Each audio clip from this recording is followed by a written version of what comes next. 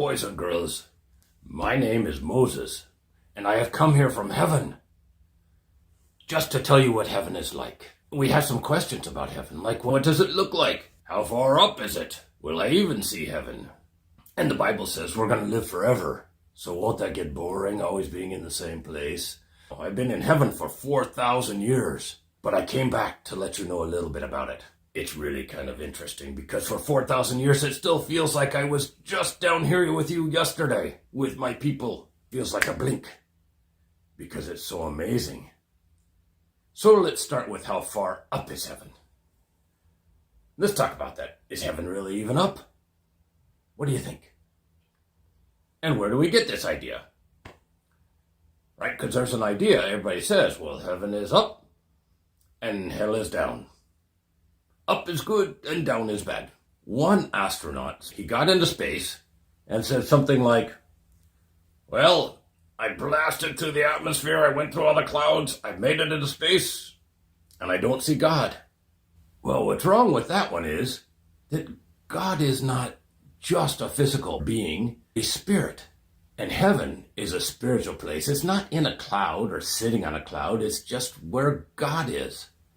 I was reading in Acts chapter 1 how when Jesus left earth to go to heaven, right? He left, it says, after he told them to be his witnesses on earth, all over the place, and just tell people about him, he was taken up before their very eyes and a cloud hid him from their sight. That's why we think it's up, is because he was taken up. Now, again, cloud hid him from the sight and then he disappeared. And that's because he went into the spiritual realm, right? Like we said before, we all have a spirit. We're only on earth for a little while, but our spirit is and will be alive forever. And we're going to go live with God in heaven forever. Now, there's a common idea often given concerning heaven. We see it in a lot of cartoons. Here's someone sitting on a cloud, strumming a harp, seemingly bored out of their wits. Is that what heaven's going to be like? No way. Not like that at all. Number one, we don't turn into angels. Angels are already created beings. God already made a bunch of angels, and he doesn't need any more. Heaven is where God is. It's where his throne room is. It's where he lives. And he is the light of heaven. He is the joy of heaven. You don't even need a sun there because of the light coming from his presence. The Bible talks about streets of gold. That's just the most marvelous thing they've ever seen, and they don't know how to even say it. Walls made out of precious stones. Jasper and clear, free-running streams. Revelation in chapter 21, 18 through 21, describes pearl gates made out of pearl just shimmering as a way to get in there, and streets that are gorgeous. And it was the most amazing thing they tried to describe, and they still couldn't do it justice. It's not even close to that. It's so much better. So, whatever we consider to be joy here on earth, not just 100 times as good, but 1,000,000 times beyond anything we can even think of when we get there. In the Middle Ages, philosophers talked about the ultimate good. The ultimate good to them was being in the presence of God. That will be the greatest aspect of heaven.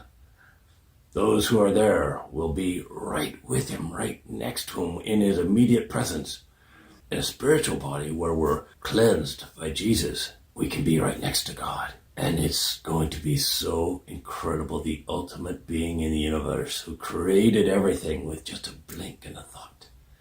Being in God's presence will bring that intensity of delight that far exceeds anything we could know here on earth. Your happiest day here on earth is not even a thought in heaven with God. Furthermore, in heaven, there will be neither death, nor sorrow, nor sickness, nor poverty, or pain, or any sadness. It says in the Bible, God himself, the most amazing, loving, powerful being in the universe, will be with them all day, every day, and be their God, will wipe away every tear from our eyes. Now, what will we do in heaven? There's going to be different functions and different level of responsibility assigned to different people. There's still going to be levels of order and structure throughout God's universe, right? Even in heaven, God kind of has a place for everybody and a special thing for all of us to do. We do know that we can recognize our loved ones, right? I got to see all of my family and the Israelites who came up to heaven.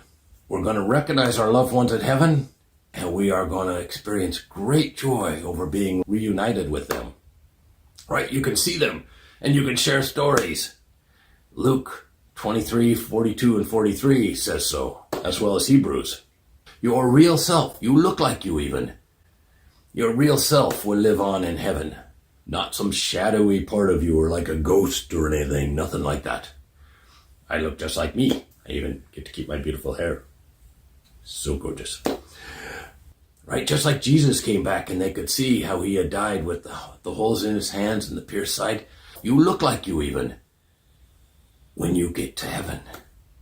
There is an opening and an understanding into the secrets and the mysteries of the universe. Right? God shows you all of why everything works. All of why the planets are so far away and the space exists and we breathe air and everything, just amazingness. God provides everything all of his people need, beyond what you can even imagine. So magnificently. Now, Jesus, who loves so much more than our parents or anybody could possibly even think about doing, he roams freely throughout all of paradise. He still teaches at the worship halls all throughout paradise. Just like he did here on earth, he teaches about God, and he's available to talk and teach all of us, all the inhabitants of heaven. So imagine that, right? In your mind's eye, imagine talking to Jesus and learning right from Jesus as he lovingly tells you the secrets of all of the world in the universe. We'll see you later. Bye for Moses.